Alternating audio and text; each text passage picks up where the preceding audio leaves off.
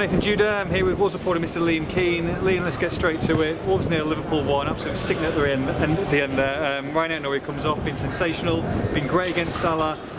Hoover comes on, out of position. You know, they've got 4 or 5 forward. I'm not quite sure what they were doing.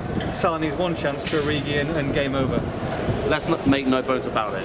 Liverpool are an exceptionally good side. With a better side today, had the better chances. Wolves deserved the point, and that was cruel. They did deserve the point. It was cruel. They didn't make a lot going forward, Wolves.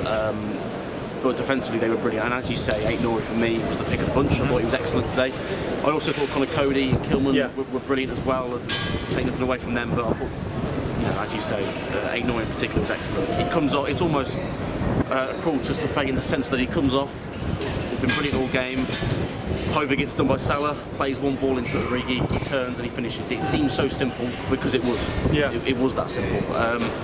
It was one turn. I don't think you can really blame Cody because Origi's picked the ball up and it's just a little deft drop of the shoulder. It's not really Cody's fault. It's the fact the ball's got there in the first place for me, and he needed to be stopped. And they've done such a good job of keeping Salah quiet all afternoon. And then for that to happen in the 93rd, 94th, whatever it was, the Liverpool bench. Well, it showed how much they're meant to them. You know what I mean? That's a massive result. You can see Klopp at the end there with all his players. I mean, that is a massive result and a massive ending to the game, and devastation for us really, because after those two, disappointing 0-0s at Norwich and at home to Burnley, this would have been a really good, positive 0-0 going to the Manchester City game. Instead, you've looked at 2 games now, in the week where you've only got 2 points from games where you probably perhaps should have won. Could have won, and now you've got a defeat here and you go to Manchester City. It's a completely different take now going forward now into a very difficult next 3 or 4 games. Yeah, the framing of it after this is so different, as you say. It would have been an excellent point. Look, it's not the way you want Wolves to necessarily go about their business every single week. Sitting back quite deep, defending, I think well, but defending a lot, and not having much going forward. I thought Troy did well when he did go in the other direction going forward, created a few opportunities. We have to base it on the context of the game, and Liverpool are such an extraordinary side. Really are one of the best in the world, and Wolves, I thought, kept them very quiet for massive parts of that game. Albeit they did miss 2 sitters at the same time, so they would have wrote their luck had they got that point. But I thought they deserved it. Like Liverpool, I thought they would have deserved it had they got it. And it's the only word I can use is cruel. It was massively, massively cruel for that to happen right here. You can see the players' reactions, the fan reactions afterwards, just out on their feet. Put everything into that game, and to have taken it, had it snatched away at the end there, is really cool. And as you say, you saw how much it meant to Liverpool. Going berserk on the sidelines there because they're fighting for titles and trophies, and that's the kind of result that's going to push them towards that. But look, you leave yourself open if you don't score in games, and the Wolves have not scored a lot this season. Mo Salah's scored as many goals, if not more goals than Wolves this season. One more than Wolves. One more than Wolves this 13, season. Wolves on 12. So when you do it like that and you play against these sides and you don't score, then you're always going to be susceptible to a result like this.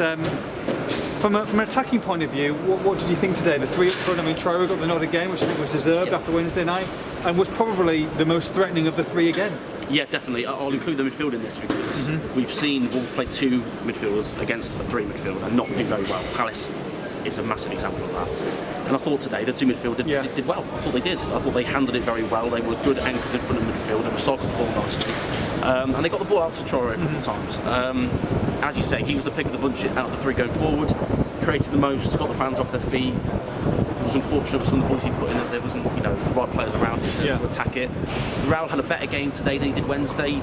Not quite at his best in today's game, but certainly better than Wednesday. But Hwang again, unfortunately, was a bit quiet for me. There was a couple half opportunities where if he delays his run slightly, if he takes his shot earlier, and he just seemed a little bit off the pace, which is unfortunate because he's been very good since he's joined Wolves. But the last couple of games he's been off the ball a little bit. You'd like to see a bit more, maybe a bit more chopping and changing. Maybe Dent's come in, maybe a change at Man City. But what he offers the other direction, which I know Bruno loves, the defensive qualities he offers. He works so hard, you can't knock him for that. But he does need to give a bit more, go the other direction, which is a little bit too quiet. Of course, we were obviously devastated in the press box. Probably the most relieved man in the whole stadium was Diogo Jota, who missed an absolute sitter when he's on goal. Keeper's gone, and just had to pass it into the net, and it struck Cody. So he's very relieved today. Yeah, I have to say I'm a bit perplexed why some fans decided to boo him. I think I speak for a lot of Wolves fans when I say he gave a lot of people, a lot of supporters, some of their best memories in the last few years. An exceptionally good player. Left Wolves, whether you like it or not, to Liverpool, of course, who are a bigger club fighting for trophies. You can't knock him for that, and I think it was a little bit undeserved. It wasn't the majority, but I thought it was a little bit undeserved to see some of the boos he got. And then he was okay. I mean, he missed a massive header down in front of the South Bank in the first half. But for me, that's a sitter, and he's very good in the air as well. He beat Semedo far too easily for that. And then that one you mentioned, I mean, Sarr, who I think has been excellent, had a good game again today, made a total hash of coming out for that. Well, he shouldn't have been anywhere near coming out for that. He was way away from his goal. Sice was there, you know, hopefully he was going to clear it. They sort of run into each other. Trots a 3-1 goal with Kilman and Cody on the line. You know, I can't even explain to you how he missed it. It's unbelievable. Can I praise Cody for stopping it? I suppose I can. I suppose I can. But at the same time, it's more the fact that Josh has just booted it straight at him. It's bizarre. And that cheated the crowd up after that. You know, Wolves won the front foot for a good 10-15 minutes after that, had a couple of forays forward. It looked like they were going to see a point out, and then obviously we saw what happened. I think what's for certain, Liam, is that going into next week will be a completely different way they'll have to play, because they can't. I think it's fair enough to do it at home, and it almost works, but you can't really do that at Man City, can you? And they're going to have to be a little bit more attack-minded going forward, and maybe that means the return of Daniel Podence, maybe at the expense of Juan.